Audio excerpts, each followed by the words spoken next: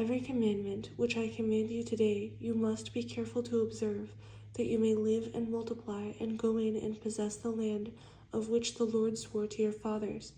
And you shall remember that the Lord your God led you all the way these 40 years in the wilderness to humble you and test you, to know what was in your heart, whether you would keep his commandments or not.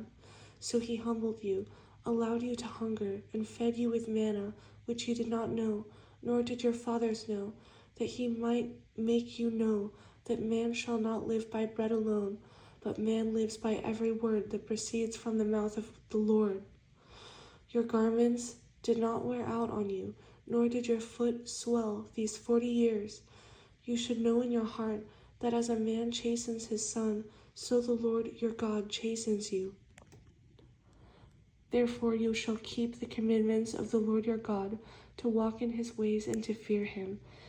For the Lord your God is bringing you into a good land, a land of brooks of water, of fountains and springs, that flow out of valleys and hills, a land of wheat and barley, of vines and fig trees and pomegranates,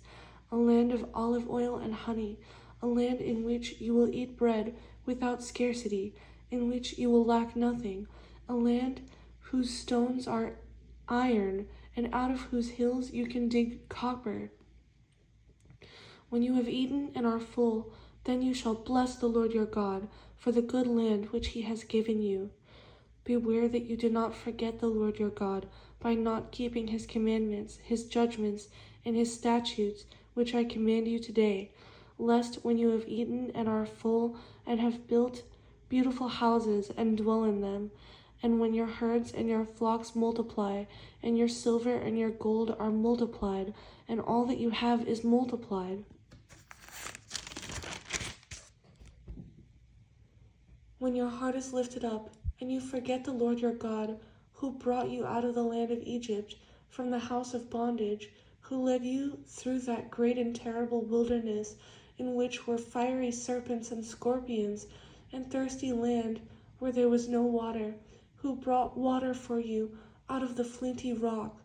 who fed you in the wilderness with manna, which your fathers did not know,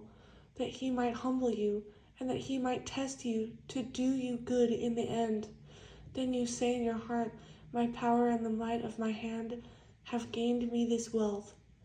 And you shall remember the Lord your God, for it is he who gives you power to get wealth, that he may establish his covenant, which he swore to your fathers, as it is this day. Then it shall be, if you by any means forget the Lord your God, and follow other gods, and serve them and worship them, I testify against you this day, that you shall surely perish. As the nations which the Lord destroys before you, so you shall perish, because you would not be obedient to the voice of the Lord your God.